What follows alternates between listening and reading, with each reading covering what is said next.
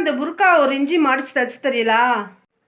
தாளை தச்சு தரேன். மேலே வலிக்குதுன்னு படுத்து கிடந்துச்சுப்பா. நம்ம தான் கஷ்டப்படுறோம். பிள்ளையாச்சும் நல்லா இருக்கட்டும்னு எவ்வளோ பெரிய பெரிய இடங்கள்ல இருந்து மாப்பிள்ளை வந்துச்சு. இந்த பிள்ளை கட்டுச்சா இப்போ உட்காந்து கஷ்டப்படுது தேவையாப்பா?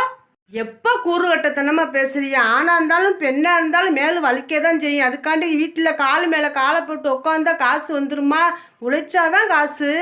ஆணுக்கும் பெண்ணுக்கும் உழைப்பு இருக்கணும். உழைப்பு தான் எல்லாத்தையும் நேர்வழிக்கு கொண்டுட்டு போவோம். கணவருக்காக அதிகம் துவா செய்யுங்கள். அவரின் மூலமே உங்களுக்கு அதிகம் ரிஸ்கை வழங்குகிறான் அல்லாஹ். ஃபர்ஸ்ட் அல்லாட்ட தொழுது துவா செய்யுங்க கணவருக்காக. அதுக்கப்புறம் நீங்க பாருங்க, யார் இஸ்லாத்தை ஏற்று போதுமான வாழ்வாதாரம் வழங்கப்பட்டு மேலும் அல்லாஹ் வழங்கியதை கொண்டு போதுமானதாக்கி கொண்டாரோ அவர் வெற்றி பெற்று விட்டார் என்று நபி ஸல்லல்லாஹு அலைஹி வஸல்லம் சொல்லியிருக்காங்க.